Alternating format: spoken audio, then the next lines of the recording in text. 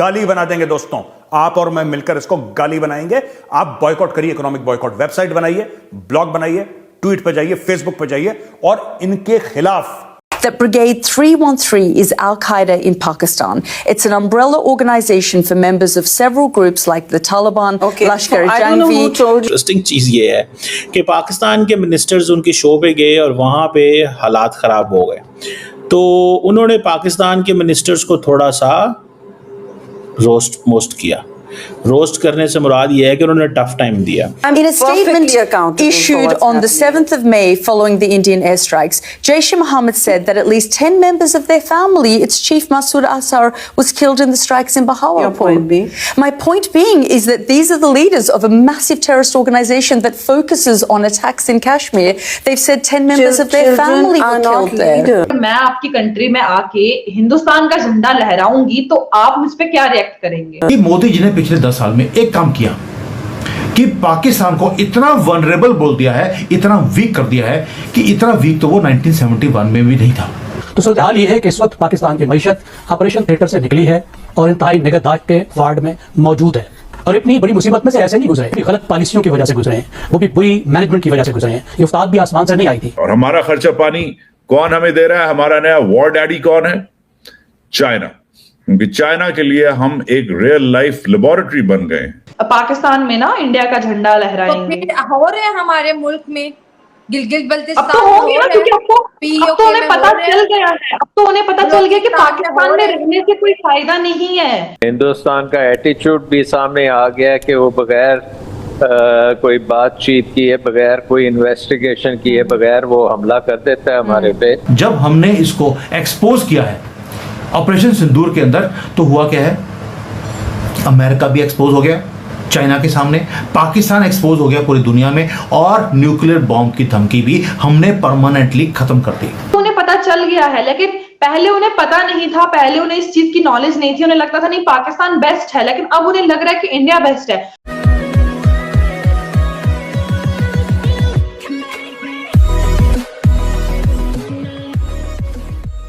नमस्कार दोस्तों, अब जब पाकिस्तान का कोई मंत्री या फिर पाकिस्तान का कोई डिप्लोमेट अगर विदेशी पत्रकार को इंटरव्यू देने का सोचेगा तो सबसे पहले उसको दिक्कत यही आती है कि कुछ क्वेश्चन ऐसा है जिसके आंसर 10-10, 15-15, 20-20 साल होने के बावजूद भी उनके पास नहीं है। जैसे कि मान लीजिए कुछ होगा तो बोलेंगे कि भाई देखिए आप जो क्लेरिफिकेशन दे रहे हैं वो ठीक है, लेकिन ओसामा बिन लादेन पाकिस्तान से ही पकड़ा गया था। दूसरी चीज़ आएगी लश्कर-ए-तोयबा और इस टाइप के जो आतंकवादी संगठन है जिसको मौलाना मसूद अजहर और हाफिज सईद जैसे लोग चलाते हैं, उसका क्या? क्योंकि वो UN डेजिग्नेटेड आतंकवादी ग्रुप है। फिर जब उससे पीछे अगर जाएंगे तो भी आपने 1971 के अंदर अच्छा खासा जेनोसाइड किया था बांग्लादेश के अंदर, उसके क्या आपने कभी माफ़ी मांगी है? देखिए, इस टाइप के प्रश्न के पाकिस्तान के लोगों के पास कोई जवाब नहीं है, मतलब कोई जवाब नहीं उनके पास।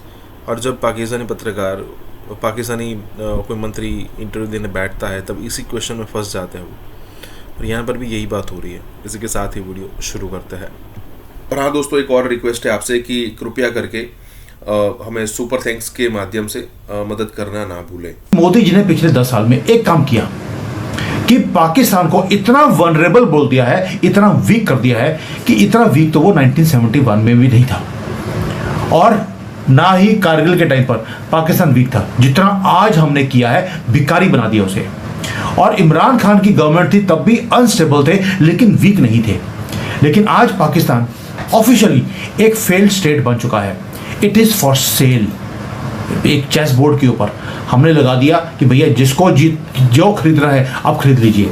और ये स्टोरी है जो ऑपरेशन सिंदूर से शुरू हुई, और ये क्यों इंपॉर्टेंट था। मोदी जी हमेशा बोलते हैं कि मुझे पाकिस्तान की रीढ़ की हड्डी तोड़नी है हमेशा के लिए, और वही काम हमने किया। उसका रीज़न बताऊंगा, आप हैरान रह जाएंगे सुनकर, जो ये सारी इन्वेस्टिगेशन करके मैं सामने रहा हूँ।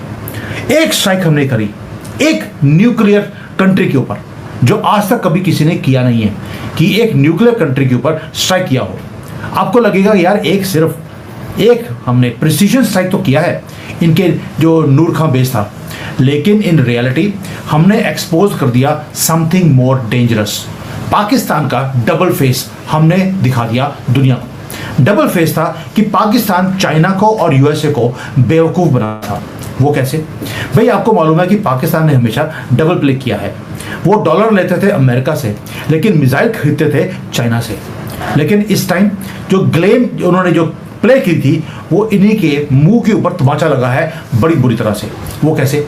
अब मैंने आपको पहले दिखाया ये वाला नूर Khan base, air base.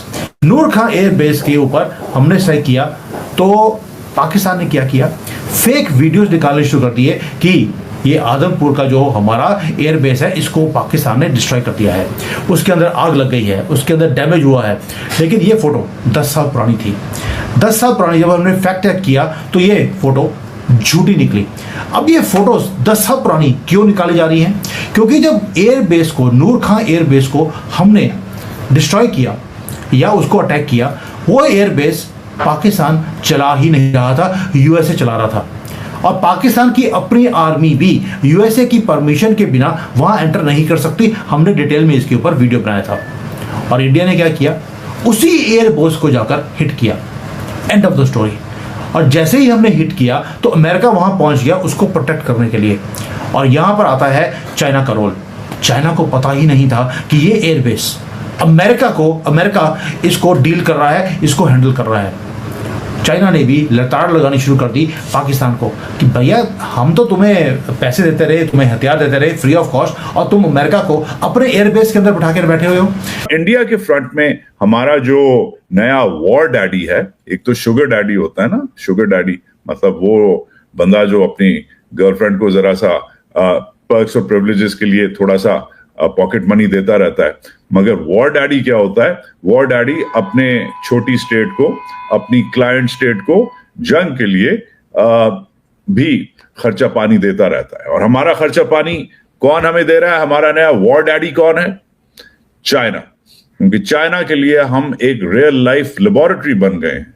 250 million की आबादी, 7-8 लाख की फौज, न्यूक्लियर वेपन्स और दुनिया की एक खौफनाक तरीन फास्ट एक्सपैंडिंग हेजेमनी, जिसमें हिंदू नेशनलिज्म भी है, जो अपनी खबरें और मंजन बेच के वो चांद पे भी पहुंच जाते हैं। इंडियंस की मैं बात कर रहा हूं। और ये जो रियल लाइफ लेबोरेटरी है, इसमें अब हमारा जो नया आप कह सकते हैं फ्रंट है, हमारा नया अफगानिस्तान जो है, जिससे अब हमें बहुत लगता है पर्क्स और प्रिविलेजेस मिलने वाले हैं हमारे नए वॉर डैडी चाइना से। मगर चाइना हमारा बहुत सालों से वॉर डैडी रहा है, टू बी ऑनेस्ट, और इंडिया हमारा बहुत सालों से हरीफ भी रहा है। इसमें कोई नई बात नहीं है। मगर इसमें जो डेवलपमेंट है वो ये है कि अफगानिस्तान का केस अभी के लिए बंद, क्योंकि अफगानिस्तान किसी ने नहीं खरीदना, नोबडी इज इंटरेस्टेड, डन हो गया, फारिग हो गया। उधर अगर बनेगा काम तो फैक्ट्रियां, मिनरल्स, माइन शाइन्स लगेंगे, इससे ज्यादा उधर कोई इंटरेस्टेड नहीं है। जो लोग इंटरेस्टेड हैं, हमें थोड़ा सा पर्क्स, प्रिविलेजेस, खर्चा पानी, जहाज, ईंधन, तेल, मिसाइल बेचने में, वो अब ये होगा। तो अमेरिका जो है हिंदुस्तान को शायद सपोर्ट करेगा, चीन जो है वो पाकिस्तान को सपोर्ट करेगा। और ये एक इंटरेस्टिंग किस्म का डायनामिक अब नया एक बिल्डअप होगा साउथ एशिया की आर्म्स रेस में, जिसमें क्या होगा, जिसमें मैं और आप और आम लोग जो हैं वो मारे जाएंगे।